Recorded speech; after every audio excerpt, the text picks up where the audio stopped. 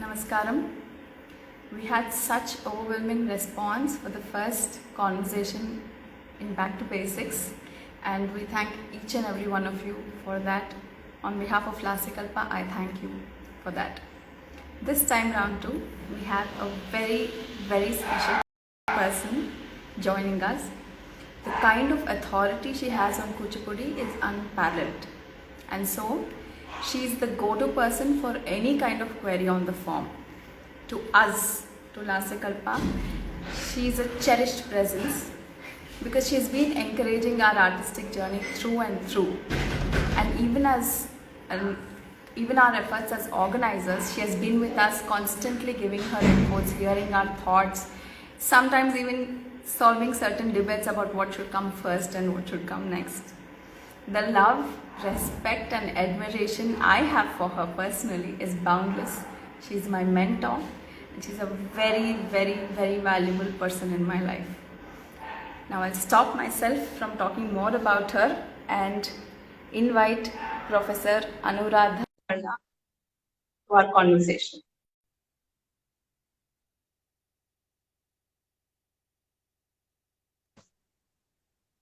Ma'am. Hello, ma'am. Hello. How are you?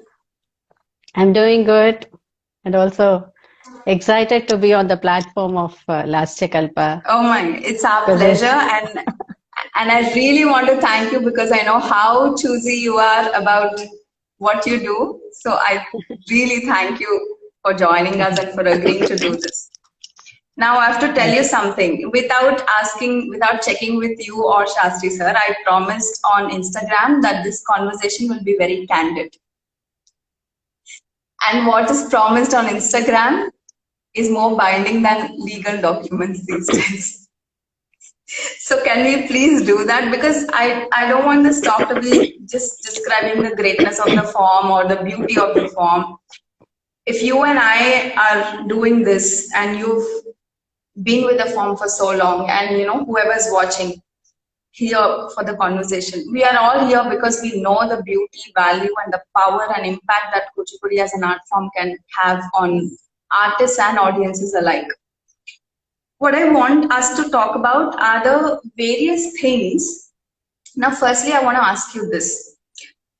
Even people who've been with the form for decades, like they've been learning since their childhood and they learn and perform with their teachers and all of that. Once they join masters, they discover so many things about the form that they never even knew about before. Like for instance, I hear a lot of people who join masters, even those who have been engaging with the form, say, oh my God, I didn't even know that this whole genre existed. I didn't even know that these people were doing this work. I didn't even know that this was happening. Which all actually should have been common knowledge for people in this field, So why do you think that these gaps are there? It's a tight-knit community after all. It's not like a very spread out. It is a tight-knit community. We all know each other. But why don't we know these things, these historical happenings in the form? See, basically you go to before you come to masters, you're going to learn the practicality of the form, the practice of the form. And besides that, normally and until very recently, maybe a few decades ago, it was the hereditary artists who were teaching the form, for whom the art form has come very naturally. For them, it is a part of their life. The hereditary artists always felt that this is our form and we are doing it. So they never probably have ventured into saying that my form is great, and that the kind of proximity that they have with that is one of the things that they took it for granted, that this is there, I am there to teach and I will teach, and I want my student to perform it as best as possible. That was the only aim, I suppose. And after that, when we started, and also when you look at the classical Indian dance, books on classical Indian dances, we are talking about 60 years back or 70 years back, Kuchipudi being called the classical and all that. But much later to that also, you don't see Kuchipudi being discussed as one of the major forms at par with the other classical dance forms. You don't see them.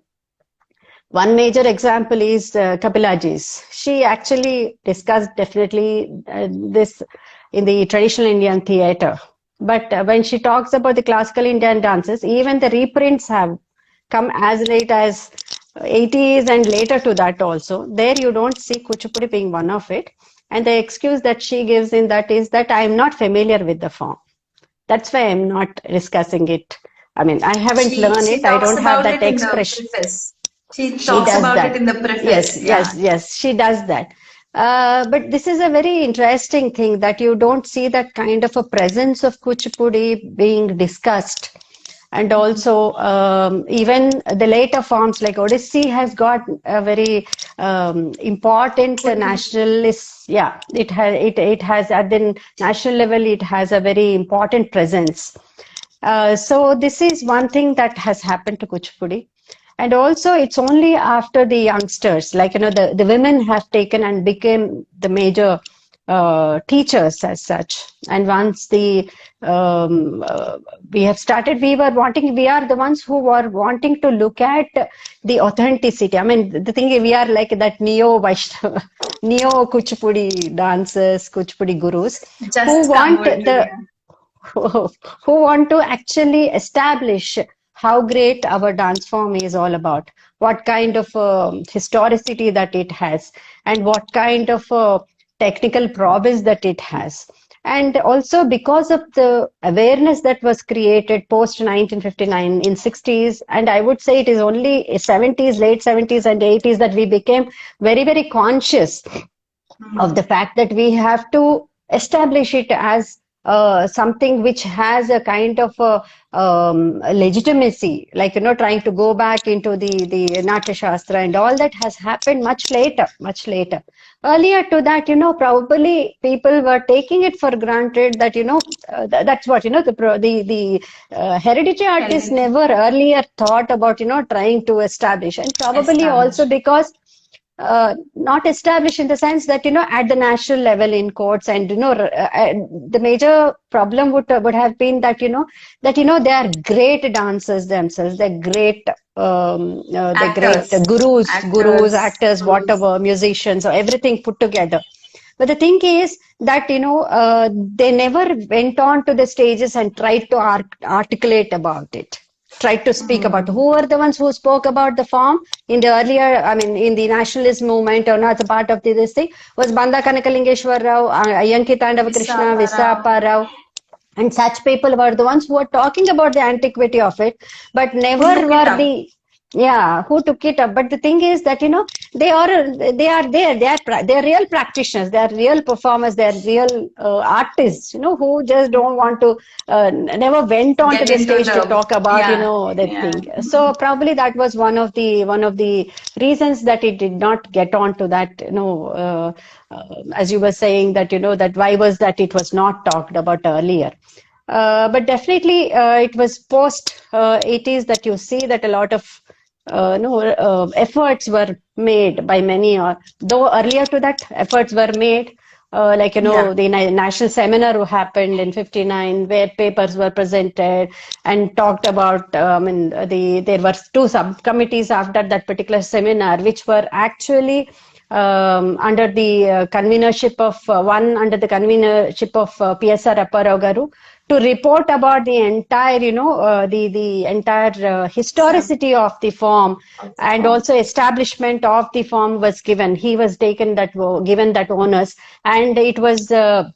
A few gurus together, like Chitta Krishnamurti Garu, then Banda Kanakalingeshwar Rao, and others together, and Nataraj Ramakrishna were also there. Another subcommittee was formed to see how it progresses, or, gets spread practically, actually. So theoretically, one particular committee was looking into establishing it and writing about it. Another committee talked about the syllabus of it and how it has to be established in different institutions, what kind of a teaching has to go into it. So another subcommittee was formed.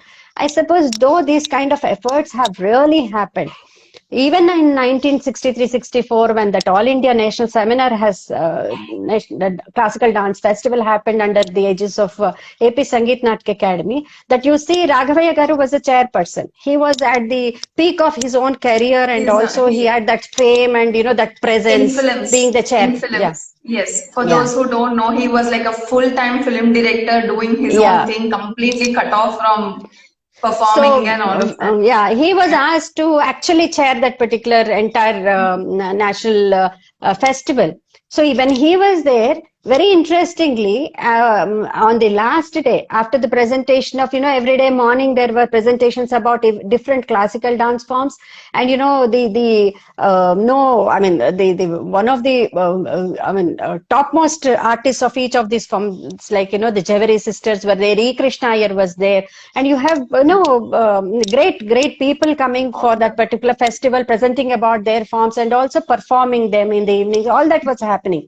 But last day you see that they have all actually, in the morning session, there was a resolution by all these together. E. Krishna Iyer writing and appealing that you have to, it is one of the greatest forms, at par with the, has all the things that are needed for that. It has to be, Kuchipudi has to be recognized by the, Recognized. so all of them got together and signed that particular document.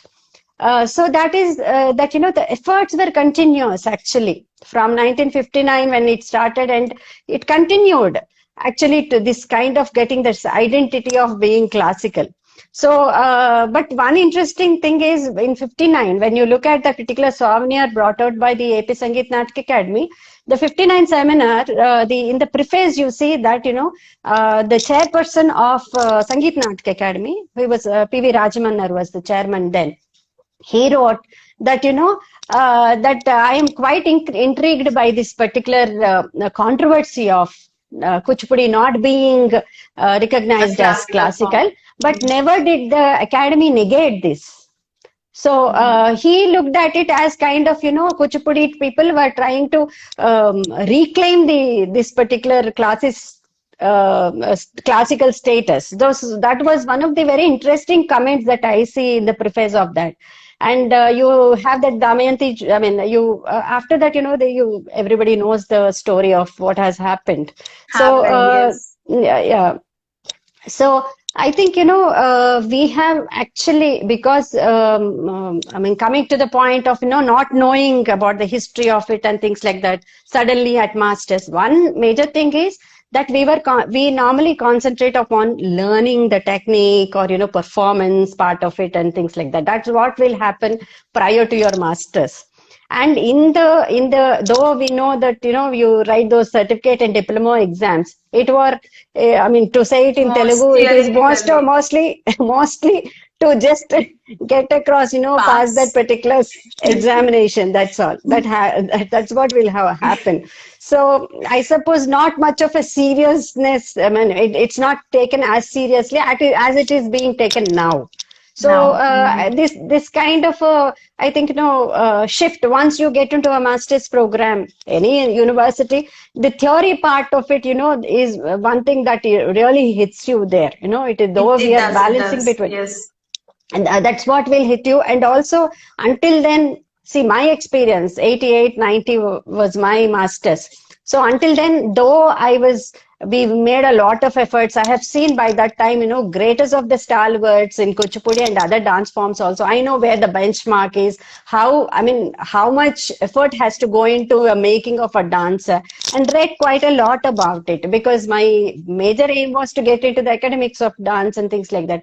But even then, my feeling was, once I was getting out of the master's program, my feeling was that I never knew until Yeah. I joined. Until I joined, I thought Yeah. I was the topmost performer Dance and had a lot of performer confidence. and good. But I Yes. was totally, I mean, this entire confidence of Shaken. me was Shaken. shaken. Shaken. Was shaken. Yes. It took a few years for me to get back into that kind of, again, build up that confidence, because how small a speck you are in this broad, big world of dance. so much of dance is there and so many things are happening, and don't really know. Until then, No, I was I into a know. particular institution and I am there and I am And the we greatest perform of and you're greatest. fine and everyone says you're great. So to all those people who join your masters and try lose your confidence, see, this happened to the best of the best. So please don't do that. Just get yourself back on your feet. This happens to many, many dancers, right? I've Yeah, seen that yeah. some have stopped, some have just stopped dancing. Some have just completely gotten away from dance because now they're like overwhelmed by it and they don't want to, But yeah. I would say this happens to all, so don't stop dancing. You have to Don't continue. I stop mean, you have to dancing. do it. Yes, yes, yes. That's it. Yeah. Yeah. Okay. So, First, let's get the historicity of the form out there, ma'am. yeah. So, tangible, actual records. Where do we find them of In Kuchipudi being fact, there? see, we all know that, I'm sure those who are all following this know that, Machapalli Kaifiyat was the first record that we know of. But Machapalli Kaifiyat, I would say Kaifiyats were written in the 19th century uh, under Mackenzie's, Mackenzie was the one who initiated. This is basically to record the local history, which is, the stories that are there in circulation in the oral history. That's one of the greatest things that he has done, because we have certain access now, documentary access to those To oral, them.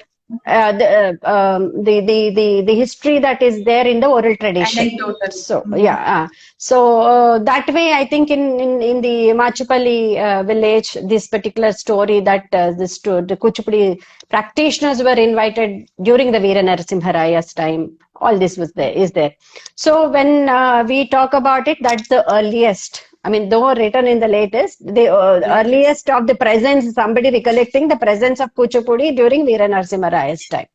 But That is authentically, circa the that was time. between 1503 and 1509. Veera Narasimha Raya's Okay. time is Okay. that, okay? But Okay. what happened is, this was not enough for me when I was doing my PhD. We want that tangible kind of documentary evidence for that. So actually, when I got into PhD, the dean of our school was a historian, Professor V. Ramakrishna Garu. So probably he has somehow, he being a student of Bhujangarai Sharma Garu, has his roots in Kavali, and then was very closely associated with Vempati Chinna Satyam Garu. Seen him way back in 1956, 57, 58, Before that he time. became And Vempati. Chandalika and Shakuntalam was done in his, in that college in Kavali, where he was working. He was the dean of our school in Central University when I started with my PhD program. So when I registered for my PhD. So the first thing that he said was that, I'm so sorry to say that you have been thrown into a sea without you knowing swimming. So I was a JRF. I got my Sure. JRF. I And, know. but he said, you don't know anything about the methodology. You don't know anything about research and methodology. So I took those very seriously, and I'm so thankful. He continues to be He my said mentor. that. He He said said that. that. He was actually the greatest critics that I ever had in my life, either it is performance or research wise. If he says yes, I would feel on the top of the world. That Hamaya. kind of a Mm. scholars, that kind of scholars were there. And also Professor P.S.R. Apparogar was my teacher there in the university. We had Arudra Garu. You know how Arudra Garu is. He would just say things on your face. That's all. So we had I see. big altercations when I was doing my PhD, especially regarding that Kuchipudi village and things like that.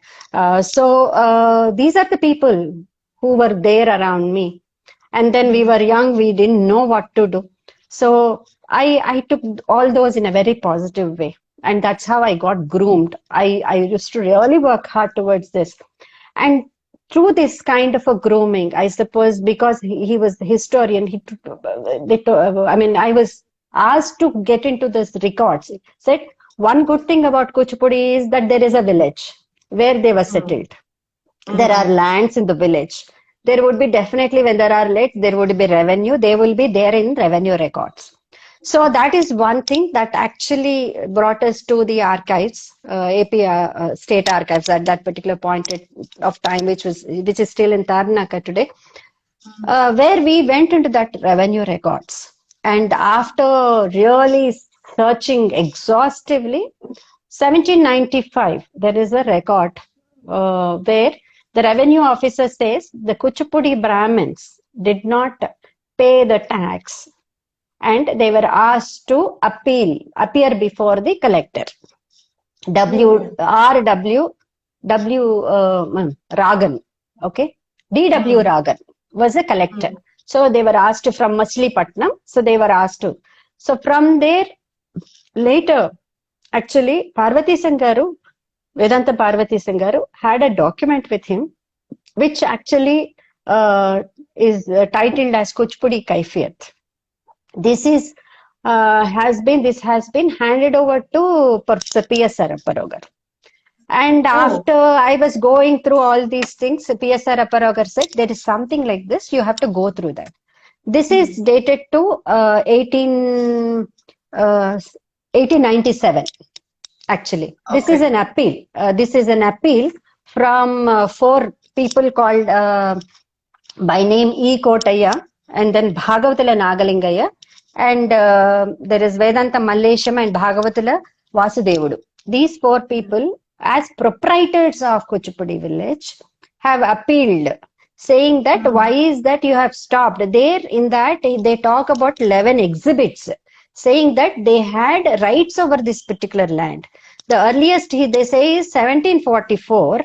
The zamindars, Kalvakollanu zamindar, who is Buchanna Chowdhury, Kalvakollanu Buchanna Chowdhury, and E. Timarao were the ones who have given this particular village to them as Totriya Dharmashasanam. Okay, 1744. Then after that, 1763 or so, there was a rift between the villages themselves, where about the partition of the land or something like that. They have appealed. They had a court case in that. So Nagpur court they went to, and then there Yajna and all, some names are there still there.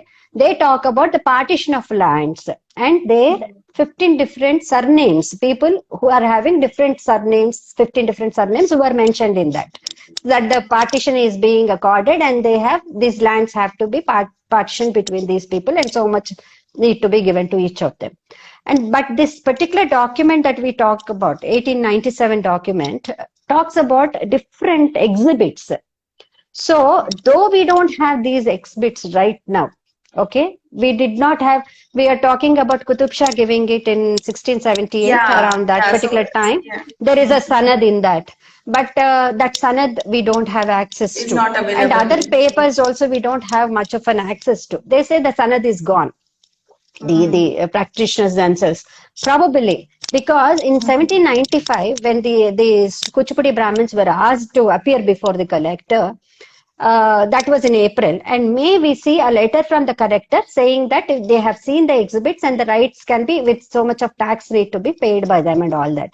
So they were asked to show the papers, documentary evidence that they possess the rights over the land. So probably they would have shown that sanad, and they had those papers also at that particular point of time, though we don't have an access to it right now. Okay, so these are different documentary evidences that we have, and this 1897 document, I mean the Kuchipudi Kaifiyat talks about 11 different exhibits that they have put with this particular appeal, that you have to recognize us as proprietors of the land. Okay. And it talks about this land going under the French for some time, around 1760s and all that, and then again coming back to the British control and things like that, and how much of tax has been levied and how much they have paid, all these things. It's a big document by itself. So convincingly we can say, with this kind of documentary evidence and things like that, in this particular Kaifiyat also they talk about how they could not appear before. Because this 1795 thing says that that they did not pay the taxes and they have to appear before the collector. So these people come back and say that they appeared before the collector.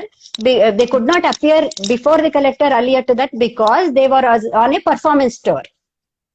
So by 1795 itself, they were doing extensive tours, and they were also saying that, for 6 months they normally go on tour, and other 6 months they are into agriculture. Yes, Okay. yes, it's very clearly said. So that way, I think we at least have from now, if you go back to 1700s and 1744 and earlier to that, at least convincingly we have more than We have 350 to 400 years of documentation. It is documentation there. or documentary evidence that they lived in Kuchipudi village. Okay, they lived there, they continued practicing the art form. So that is one very clearly we can say this evidence. Besides this, there are 18, after in 1990s, earlier to that, late 80s, I suppose, Arudragaru I mentioned.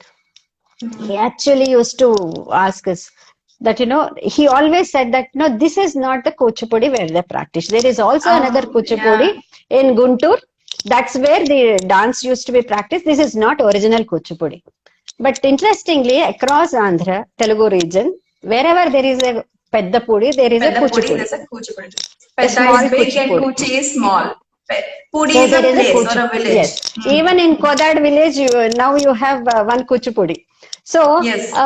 then at that particular point there are almost 6 to 7 Kuchipudis across the Andhra country, so the Andhra region. So we used to have these seminars in between when we were doing our PhD. We were supposed to be giving one seminar on the progress of work and what kind of questions we are trying to look at and what kind of answers we found out and where are the gaps and things like this. So in one of these, when I presented this, he was very annoyed.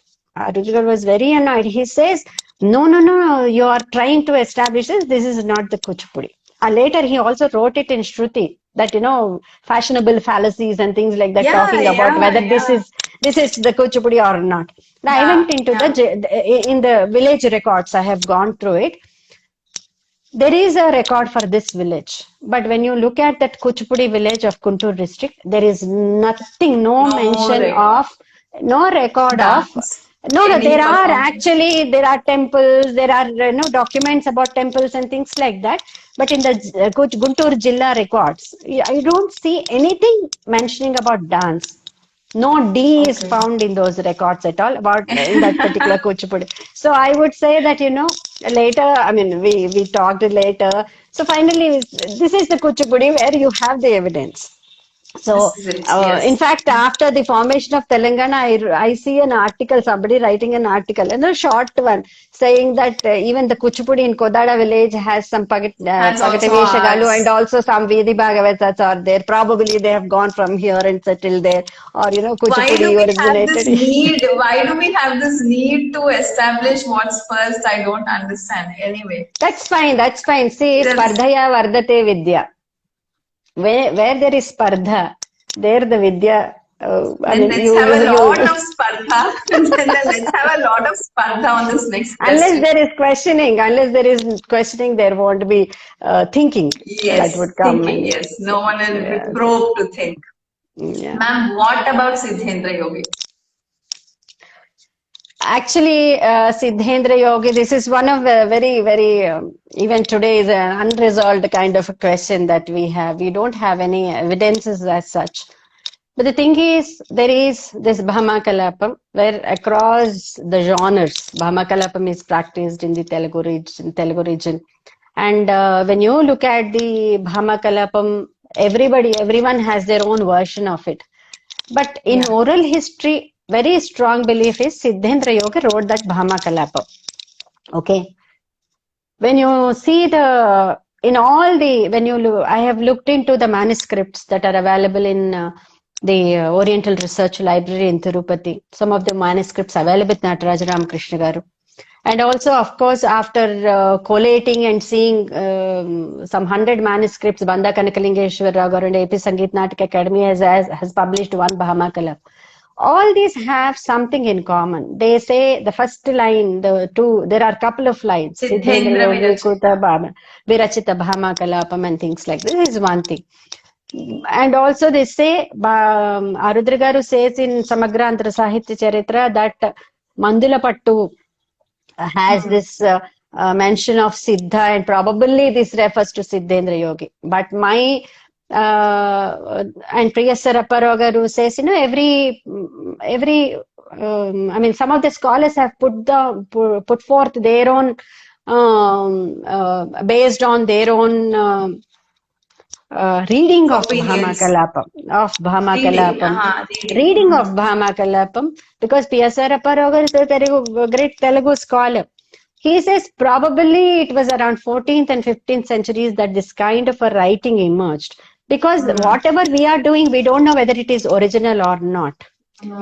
Because when you look at Siddhendra, some of the palm leaf manuscripts, the Praveshitaru is very different. It says Bhamane, Shringara Jagadabhiramane, Mukhavijita Hema Dhamane. All these are there. I mean, this is discussed in Samagra Andhra Vagaikara Charitra by our Rajnikant. Balantra Rajnikant. So all of them say that probably this belongs to that particular period of time. But we don't know. We have so many versions of Bhama Kalapam. The manuscript, the script of it is very different. The storyline is the same, but it is handled differently in different manuscripts that we have, and also in different performance traditions. Like it is there in Durga Bhagavatam, it is there in the tradition. The female courtesan practices. Practices, it's there in Kuchipudi, it is there. So we don't know, we cannot say that this is the original. But Siddhendra Yogi, you cannot definitely not negate even the oral tradition. I mean, when it comes to it, for everything you don't probably get those evidences. However, this is a belief, okay, and it continued. When it started, when was that? This Siddhendra Yogi, because the stories that are revolving around these people, like Siddhendra Yogi, you see that Narayana, even for Tulsidas, the same kind of a story happens, and these are things that are very common, are in circulation and things like that. So I would rather say, some of the young scholars, actually, I saw a couple of books saying that there is Siddhendra Yogi Samadhi in Maharashtra, that bordering areas, there is one and things like that. But I don't know. I mean, I have not probed as much, because for me, that text that is existing today or the performance that is there is more important rather than whether Siddhendra Yogi is there or not. No. We can't say there is nothing, and I have definitely not ventured so seriously into this particular question of whether Siddhendra Yogi existed or not. But basically, the thing is, the people place him somewhere from the 14th, 15th centuries to 17th century. Even if it is later, there is Bhama Kalapam for us, which has come down to perform and enjoy. So that's where I would stop. I'd like. So it is there. It continues to be there. I mean, Bhama Kalapam, one of the very important, very interesting works that we see across the traditions in Andhra. So I would leave it there. Yes. About Siddhendra Yogi. Yeah. So that is the history, the references, and all of that. We'll talk about the artistic journey that the form has undergone in the last more than 150 years, probably. Like when this shift from the earliest genre we know in Kuchipudi that is performed is the Kalapa. That is for sure. Siddhendra Yogi or otherwise, or whatever it is. Whoever it is, a Kalapa tradition. Kalapa tradition. It's a Kalapa tradition. From there, a sudden shift happened to this another beautiful genre called the Yakshagana. Yes. So how, when, and why did that shift happen? In fact, we have to see two things. Kuchipudi, the nature of this particular form, and the people who practiced Kuchipudi. Actually, very, very interesting thing about Kuchipudi is that it is a form that is not curtailed to these four walls of being in a temple, being done for a ritual, or being in an asthana where you're trying to appease your, I mean, whatever, your patrons there. Patron. Here, It didn't have. actually, it is into a open arena where they are supposed to be actually attracting, they should be able to cater to the learned and the laity who would come, for the common people. First of all, Yes. they are outside there. Basically, they should have that kind of an appeal, is one thing. The other thing is any form which is with the people, with for the entertainment of the people, has to strike a kind of a communication with that particular the audience who are coming here. That's where you see that there is from time to time, this form has tried to take that mold itself to the then contemporary needs of the society.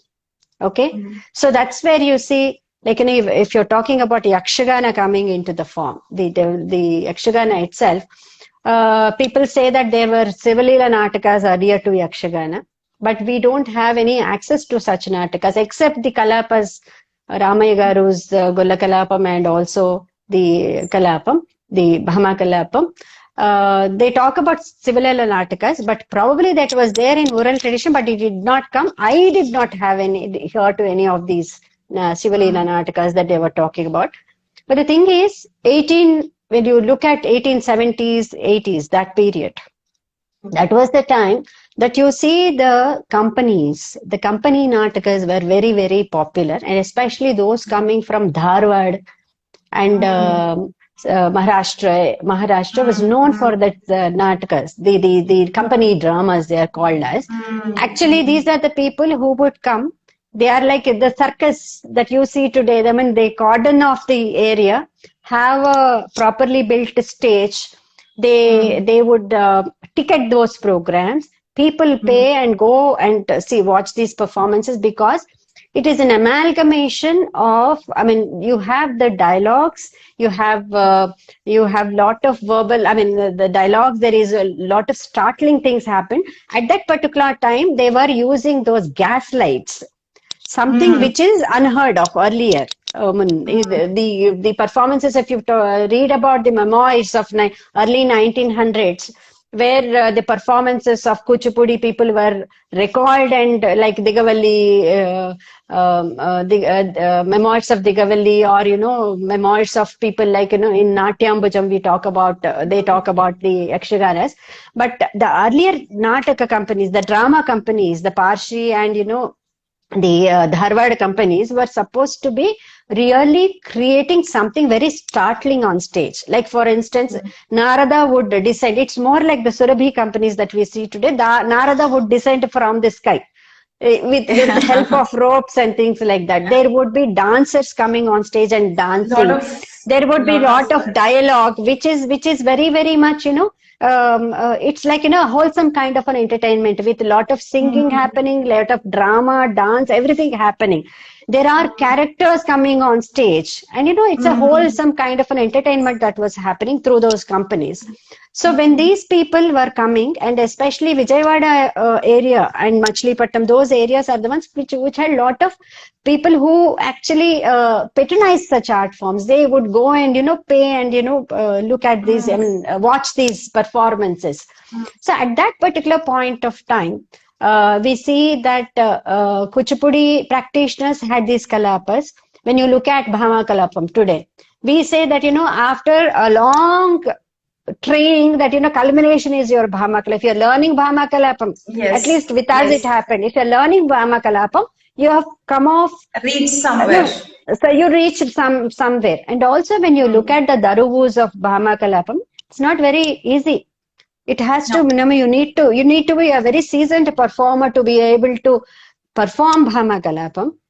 And also what we have today is only, 1 hour or 3 hour kind of a Bhama Kalapa, a speck of it. But the pattus that you have, when you look at the script of Bhama Kalapam, it's much more difficult kind of a thing. But probably because of the Natya Dharmi was very, very much there in Bhama Kalapam, and Gola Kalapam, equally difficult, much more difficult, not as Yes, much entertaining more. even Yes, as yes. Bhama Kalapam. When you look at Pamakalapam. Yes. Gola Kalapam, it is much more deeper. Yeah. Probably because of this, and they were also doing the Pakataveshas and doing a lot of other things. But we don't know what was the repertoire at that particular point of time. But assuming that these Kalapas were already there, because there might be some other also performing genre, I mean, that they were doing, but which we don't have access to. That Access was to. the time. I mean, that was the time that Venkat Narayana Garu, Hari Madhavi Garu, and such people were trying to relook at what they were doing, and probably were wanting to bring a kind of a change in their own Change. performance as such. Maybe this is one of the reasons that when the patronage was dwindling and people were more attracted towards that kind of drama company performances, which were also ticketed, but they were ready to pay for that and then go and have look at this kind of a wholesome entertainment that Yes. they were getting from that. So that was the time, I suppose, that they all, probably the seniors, thought about what kind of, they were youngsters at that time. They say Venkatramaya Garu was hardly 19-year-old at that time. And When then, he, oh my God. when we ventured into this kind of bringing, I mean, innovation, that I would see it as a major breakthrough for Kuchipudi. So that is the Absolutely. time that they in Sahitya, when you look at the Yakshagana Sahityam was already there, okay, and also the Kuchipudi practitioners were not the people who would actually curtail themselves to the village and be happy with what they were doing. They were never like that. Even later period, when you look at it, they were always open, and To they influences, to what's in happening know of around. what was happening What's around. happening around. Yes, the They trends. were They were well the aware trends. of the They were trends. very Yes. well aware of that. They were, I would say that it's a real living art form. I mean, it's like that sponge which would actually take what is Take happening around everything, that and make it a everything. part and parcel of the tradition. It doesn't look like that it has been something borrowed from outside. It doesn't look like Yes, that. yes, That is the yes. nature of the form. Nature of the form, and that's one of the interesting. I mean, I think that Aspects is of one the thing that form. aspects of Kuchipudi which has led to the kind of myriad kind of things that have Changes. happened to the form Yes, in the yes. performance over a period of 150 years. So at that particular point of time, the Yakshaganas were the Yakshagana Sahitya was taken as a model. But what I see is that the Kuchipudi Yakshaganam, these people being practitioners themselves, have tried to bring out a structure, maybe based on the Sahitya. Wise it is from the Yakshagana Sahityam that they have taken. But the thing is, when it was molded into the performance, Performance. the structure entirely is different. So when you look at the performance of Kuchipudi Yakshaganas, there is a proper beginning, there is a proper middle and a proper end. And then, these were written with some kind of the masters themselves sat with the writers themselves, probably given them the kind of the patterns, the rhythmic patterns that they want, and how they want the entire sahitya to be. So that They some made it kind of their own. They made it their they own made it somehow. their own. It was written for them. Even For if you them. see, yeah, the Yakshagan has written the manuscripts of the Yakshaganas, printed manuscripts, printed books of Yakshaganas, even Prahalada or Usha Parinim. If you see them, uh, there is a lot of difference from that particular script, the printed script to the performance. This is where I suppose, there is a kind of a transition that comes in. There are a lot of things that are added and lot of things that are also omitted in this particular Removed. in this particular translation into performance. I would say that, when you look at Usha Parinim, you don't have in Usha Parinam in the performance. The first scene is that you have the Shiva and Parvati sitting over there, and the Usha comes in, and then she worships them. And after that, pleased by that, Shiva says, Sundara Manohara Praptirastu, and says that, you would get your husband, whoever you see in your dream. This is the thing. But this is not there in the script at all. Achha. Okay. So this, what is happening is they know the pulse of the audience. They want to introduce to the audience, give a kind of an indication to the audience that this girl would dream of somebody, and that person, whoever she dreams, who comes into her dreams, will become her husband. That's one thing. Okay. So this small short scene is created in the beginning itself after that particular Purvarangam and things like that. This is created. And there are certain, for instance, if you see the dialogues that come in between, like, the dialogues, even in Prahalada, in any other, you don't see these dialogues. These are all, there is a structure, there is a general structure given to that, but when it comes to the dialogues, they are more of impromptu dialogues. Okay.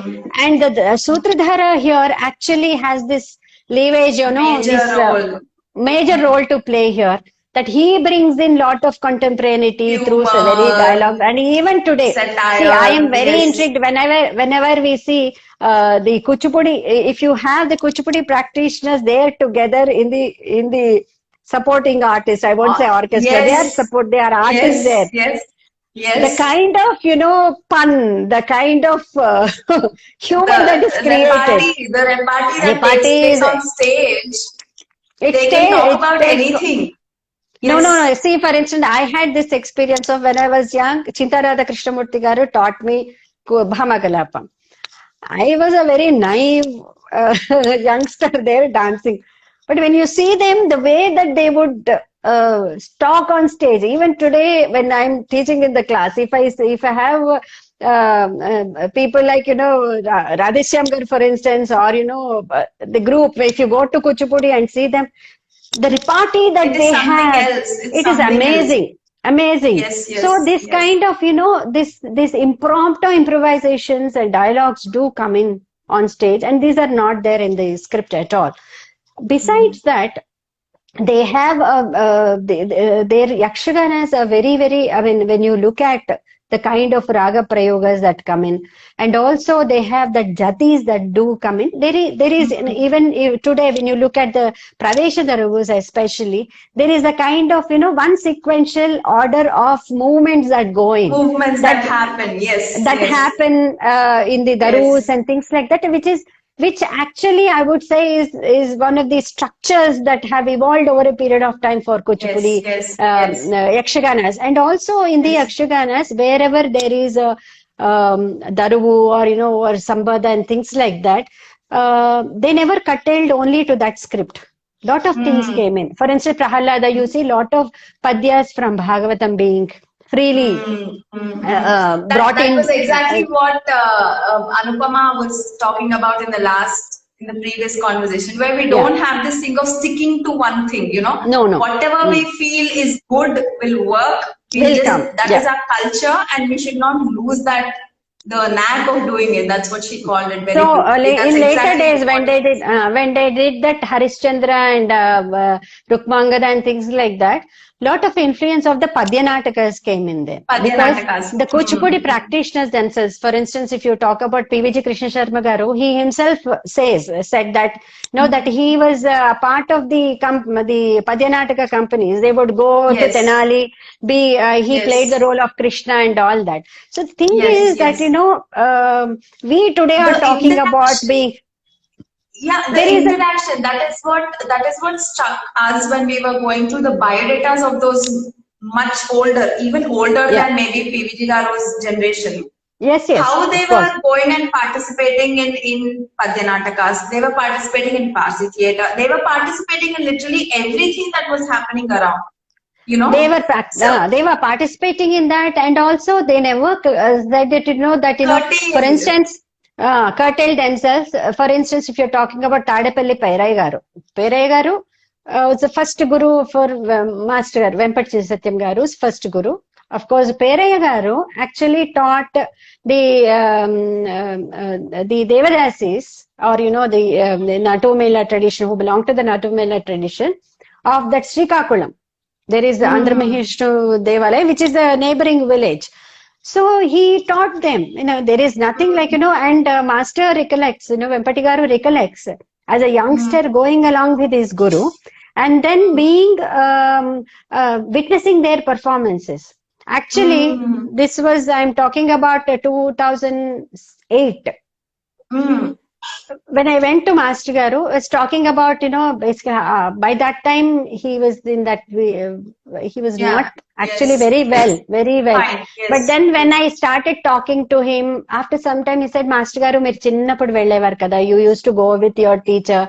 See, for him, going back and talking about his childhood he very vividly remembered. He said, I used to go with my master, my master.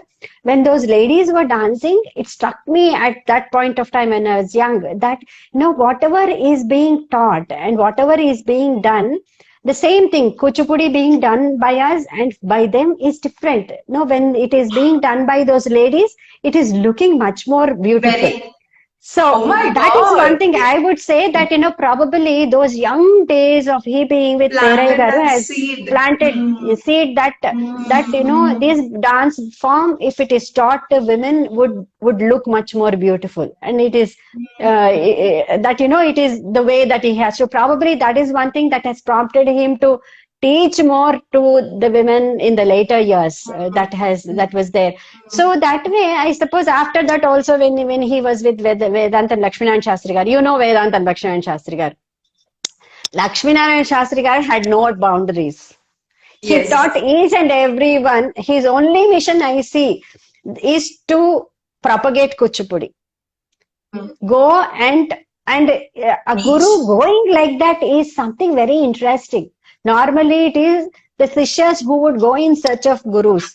But he actually went to Madras. He went from one village to the other, teaching the students. He was like that, person on wheels. I mean, he was going from one place to the other, teaching some people over there. And I suppose his major sole mission at that particular point of time, those 2-3 decades from 1930s to 50s, late 50s, when he was in Hyderabad with Prasad Garu and, teaching here, that his sole aim was to propagate Kuchipudi. See to it that it reaches as many people as possible, and as many practitioners come into it. And when you see the memoirs of Balasaraswati and also the memoirs of Yamini Krishnamurti recalls that, he just came in a rickshaw one fine day and then, landed there and then said that I want to teach Kuchipudi to your daughter. That's all. And then, he himself fixed one date, good day, and said that what are the things that need to be arranged on that day, and came off directly and then started it. Amazing. I mean, people of that stature, I suppose, they never had this airs of being gurus that people have to come in. And their sole aim was to propagate and see to it that it reaches. That's it. Spread it, and also spread it through the right kind of dancers also. He saw that, he saw if there is talent, he went and taught them. That's what has happened. So, I suppose, we have digressed from the point, or? No, that's okay. We are talking. The reason I wanted to even discuss the Yakshagana was to bring out this nature of that group of people, which does not all the ideas of boundaries and limits and this and that and rules and all of this that have coming and that we are bound by, which they did not have actually. So Yakshaganas, once you started the Yakshaganas, of course, when we're talking about the script, how it translates into performance, lot of things have come in. And also because of this kind of variety that they brought through the characters, like, each character had its own movement dynamics. Like, you know, Raja had a different dynamic, I mean, movement, this thing. And also, when you compare that to Chakaliwadu coming, you know, washerman coming, or a snake charmer coming, it's a completely different. So it also took a kind of a shape of having a wholesome entertainment coming into it. And in the process, you have a lot of dialogues being brought into it, a lot of repartee being brought into it, and also a lot of contemporaneity being brought into it. Even that you see that. See, for instance, if somebody, Narada comes to meet Hiranyakashipu in Prahalada. So, one thing, I mean, I have seen this in one of the demonstrations where Ravi Balakrishna and his father, and also Ratte Garu talk, I mean, Narada would come and he would say that, you know, please inform Hiranyakashipu that I have come. So the Chopdar is there. Chopdar comes in and communicates to the Mantri there, saying that, Nenu vachanani cheppamannaru. So this person goes in and asks, and says, you know, who is that Nenu who has come in? So this man again goes to Narada and says that, who is that Nenu? So this thing goes on. It goes on, yes. It goes on and on. Yeah. There's a technical issue that we can only do a live session for 57 minutes. So I'll end this session, and please everyone just quickly log back in as soon as we begin. We just have to repeat the whole process again, ma'am. Okay. So I just want to save this video. So I'll end this now, save the video, and then rejoin, and we'll just join again. Okay. Right. Sorry, we'll pick it up from Nenu Vachanu. Nenu Ostan Malli.